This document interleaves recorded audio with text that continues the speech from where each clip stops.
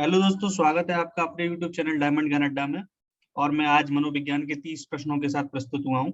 इससे पहले मैं इसी तरीके से 30 प्रश्नों के 12 मॉक टेस्ट करवा चुका हूँ। तो अगर आपने नहीं देखे हैं तो प्लेलिस्ट में जाइए और उनको करिए और अपना मूल्यांकन करिए कि आप उनमें से कितने प्रश्नों के उत्तर सही दे पाते हैं। तो सबसे पहले अगर जो भी पहली बार चैनल को देख रहा हो तो चैनल को सब्सक्राइब कर ले, बेल आइकन को प्रेस कर ले ताकि उसको नियमित रूप से वीडियो मिलते रहें। चलिए शुरुआत करते हैं आज के पहले क्वेश्चन से। पहला क्वेश्चन लिखा हुआ है कि 16 वर्षीय नीरज अपने आप में पृथक स्व नियंत्रित व्यक्ति की भावना को विकसित करने का प्रयास कर रहा है। वह विकसित कर रहा है नियमों के प्रति घृणा, स्वायत्तता, किशोरावस्थात्मक अक्कड़पन या परिपक्वता। तो बताइए इसका ऑप्शन क्या होगा। तो ऑब्वियस सी बात है कि इसका ऑप्शन होगा स्वायत्तता, क्योंकि वो चाहता है कि फ्रीडमनेस रहे उसके कार्यों में। ठीक है, तो इसलिए ऑप्शन इसका क्या होगा, पहले का बी पार्ट सही है। दूसरा प्रश्न है कि बच्चों की झूठ बोलने की आदत को सुधार सकते हैं उन्हें दंड देकर, झूठ के कुप्रभावों पर भाषण देकर, सच बोलने वाले बच्चों के उदाहरण देकर या सच बोलने वाले बच्चों को पारितोषिक देकर। बताइए कि अगर झूठ बोलने की आदत है और उसमें सुधार करना चाहते हैं तो आप क्या करेंगे। देखिए, दंड देकर तो नहीं सुधरवा सकते, झूठ के कुप्रभावों पर भाषण देकर या सच बोलने वाले बच्चों को उदाहरण देकर या सच बोलने वाले बच्चों को पारितोषिक देकर। तो बताइए इसका ऑप्शन कौन सा होगा। देखिए, सच बोलने वाले बच्चों को कुछ दिया जाए तो इससे क्या होगा, झूठ बोलने वाला बच्चा कहेगा कि हमें भी सच बोलेंगे और हमें भी यही जो चीजें दी गई हैं पुरस्कार स्वरूप वो भी हमें भी मिलेंगी। अगला प्रश्न है कि स्टैनले हॉल के अनुसार, और इम्पोर्टेंट प्रश्न है कि स्टैनले हॉल के अनुसार अधिक तनाव और तूफान की अवस्था क्या है। प्रौढ़ावस्था है, बाल्यावस्था है, किशोरावस्था या शैशवावस्था है। तो इसका ऑप्शन सी पार्ट सही है, किशोरावस्था को स्टैनले हॉल ने आंधी तूफान की अवस्था भी कहा है।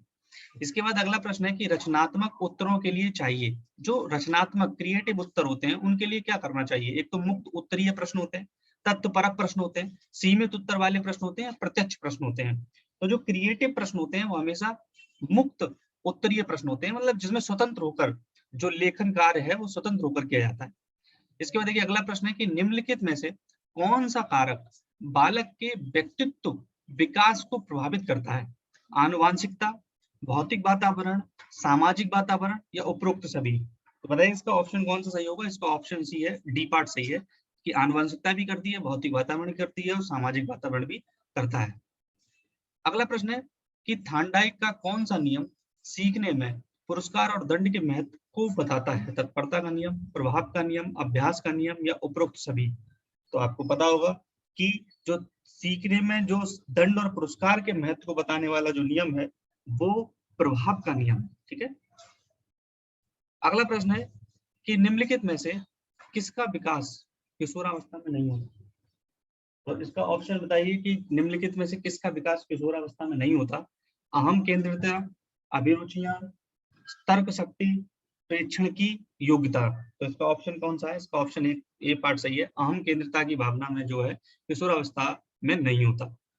अगला प्रश्न है समस्यात्मक जो बालक के व्यवहार में परिवर्तन लाने हेतु आप क्या प्रयास करेंगे। जैसे किसी बच्चे में समस्या है, किसी ना किसी प्रकार की समस्या से ग्रसित है, तो आप उसमें अगर सुधार लाना चाहते हैं तो क्या करेंगे। बालक के वातावरण और दृष्टिकोण में परिवर्तन लाने का प्रयास करेंगे, बालक को दंड देकर सुधारने का प्रयास करेंगे, उस पर ध्यान नहीं देंगे या उसको कक्षा में आगे की पंक्ति में स्थान देंगे। देखिए, कुछ ऐसे उत्तर होते हैं जो बिल्कुल ही गलत होते हैं। जैसे दंड देकर सुधारने का प्रयास करेंगे, नहीं, उस पर ध्यान ही नहीं देंगे तब तो बिल्कुल ही नहीं सुधरेगा।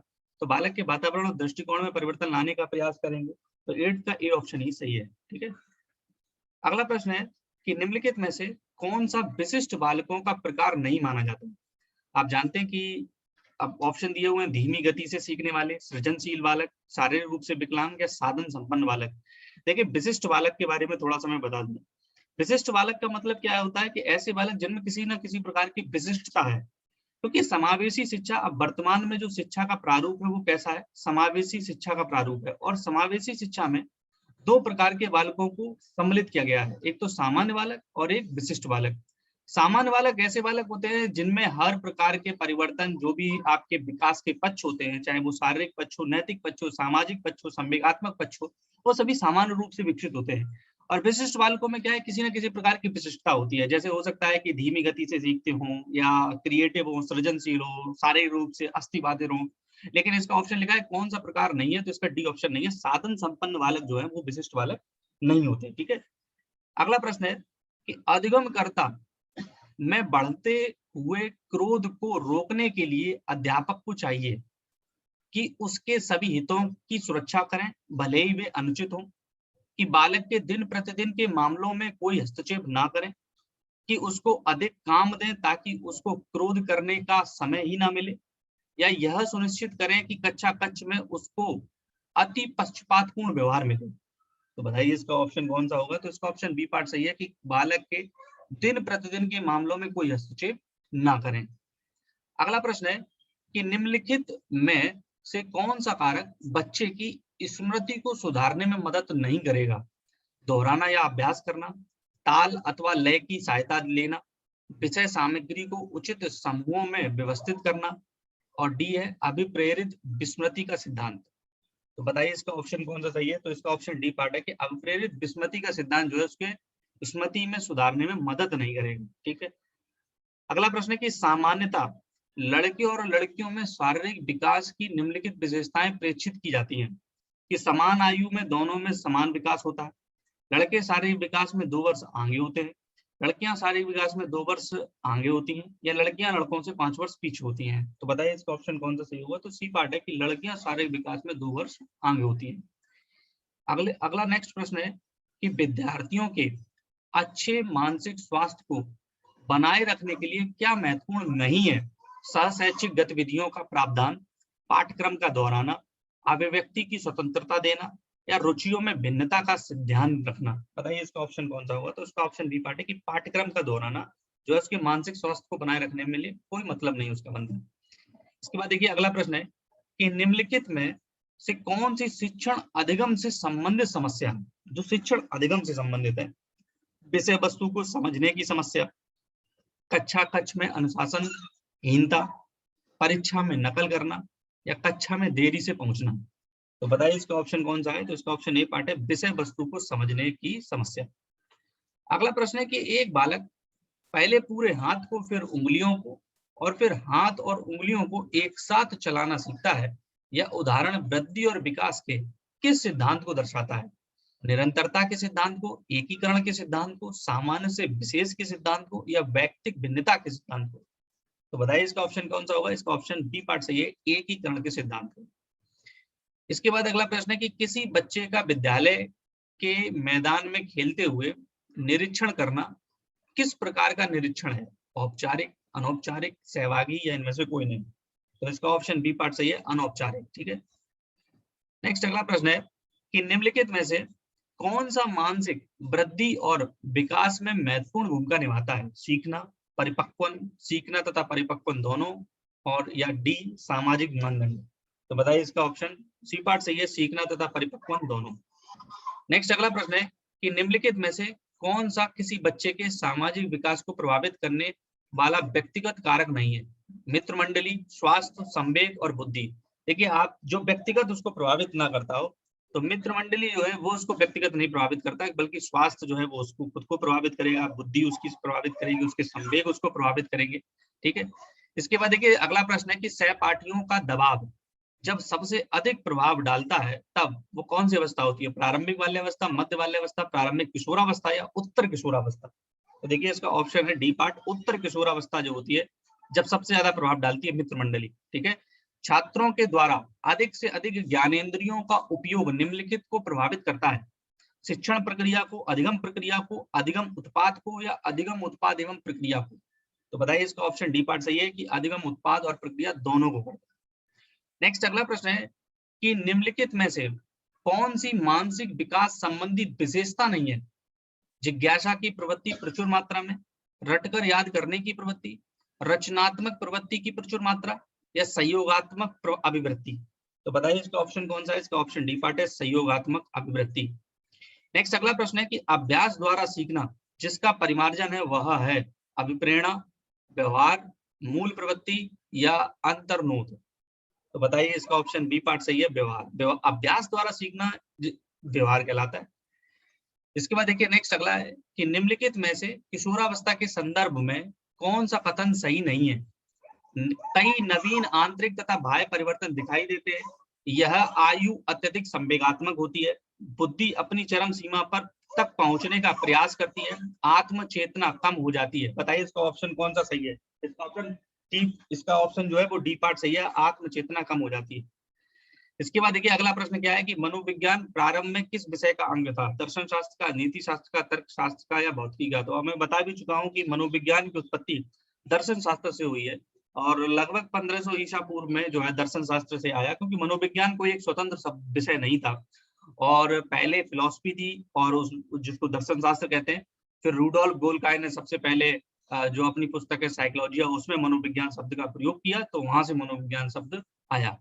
इसके बाद देखिए अगला प्रश्न है कि निम्नलिखित में से कौन सा कथन सही नहीं है? सृजनशीलता किसी भी कला में मौलिकता होती है, सृजनशीलता के लिए चिंतन आवश्यक नहीं है, सृजनशीलता किसी पूरा किए गए काम का एक नया परिणाम होता है, या सृजनशीलता में समाज या किसी समूह के लिए उपयोगिता होनी चाहिए। तो देखिए कौन सा सही नहीं है ये बताना है। तो सृजनशीलता के लिए चिंतन आवश्यक नहीं है, जबकि चिंतन बिना करे सृजनशील कैसे कोई काम कर सकते हो आप? तो वो तो बहुत आवश्यक है। अगला प्रश्न है कि एक शिक्षक को साधन संपन्न होना चाहिए, इसका अर्थ है मतलब एक शिक्षक को हर चीजों से संपन्न होना चाहिए। इसका मतलब क्या है कि उसके पास पर्याप्त धन संपदा होनी चाहिए, या उसके उच्च अधिकारियों से संपर्क होने चाहिए, या उसे अपने विद्यार्थियों की समस्याओं को हल करने के लिए पर्याप्त ज्ञान होना चाहिए, या विद्यार्थियों के बीच उसकी अच्छी प्रतिष्ठा होनी चाहिए। बताइए कौन सा कुछ आंसर जो है उसका सही होगा? तो इसका सी पार्ट है कि उसे अपने विद्यार्थियों की समस्याओं का हल करने के लिए पर्याप्त ज्ञान होना चाहिए। अगला प्रश्न है कि प्रतिभाशाली बच्चों की पहचान किस विधि से करेंगे? अवलोकन विधि से, बुद्धि परीक्षण विधि से, व्यक्तित्व परीक्षण से, या उपरोक्त सभी? तो बताइए इसका ऑप्शन क्या है? तो डी पार्ट, तीनों ही विधियां जो है आपके प्रतिभाशाली बच्चों की पहचान की विधियां हैं। अगला प्रश्न है कि व्यक्तित्व के संदर्भ में कौन सा कथन असत्य है, मतलब जो गलत है? व्यक्तित्व अपूर्व और विशिष्ट होता है, व्यक्तित्व वंशानुक्रम और वातावरण की संयुक्त उपज है, व्यक्तित्व व्यक्ति के अर्धचेतन और अचेतन व्यवहार तक फैला रहता है, या व्यक्तित्व व्यक्ति के केवल बाहरी रूप तक सीमित होता है? तो बताइए इसका ऑप्शन डी पार्ट सही है कि व्यक्तित्व व्यक्ति के केवल बाहरी रूप तक सीमित होता है। अगला प्रश्न है कि किस प्रकार के विकास से एकाग्रता तथा सृजनात्मकता का संबंध है? सामाजिक विकास, नैतिक विकास, बौद्धिक विकास, या संवेगात्मक विकास? तो इसका ऑप्शन सी पार्ट सही है, बौद्धिक विकास। ठीक है, इसका ऑप्शन बौद्धिक विकास है, मतलब सृजनात्मकता का संबंध किससे होगा? बुद्धि के विकास से।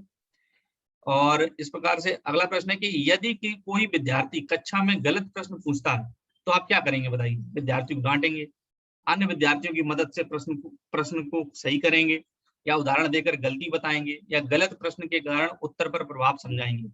बताइए क्या करेंगे आप? देखिए उदाहरण देकर गलती बताएंगे कि आप क्या गलत कर रहे हैं इसमें। ठीक है, तो इस तरीके से आज के मॉक टेस्ट में आपने 30 महत्वपूर्ण प्रश्नों को देख लिया है और आप अपना मूल्यांकन इसी तरीके से करते रहिए, अपनी पढ़ाई निरंतर रूप से जारी रखते रहिए, क्योंकि आपको पता है कि जुलाई से एग्जाम्स होना शुरू हो चुके हैं और जल्द ही टेट का भी नोटिफिकेशन आ जाएगा कि टेट का एग्जाम और फॉर्म कब से फिलअप होंगे। और सुपर टेट वाले तो अपनी तैयारी जोरों शोरों से करते ही रहे, क्योंकि सुपर टेट की तो वैकेंसी आनी है। तो इसलिए अपनी तैयारी बनाए रखिए और वीडियो आपको अच्छी लगी हो तो लाइक करिए, और अगर चैनल को सब्सक्राइब नहीं किया है तो चैनल को सब्सक्राइब कर लीजिए, बेल आइकन को प्रेस कर लीजिए ताकि नियमित रूप से वीडियो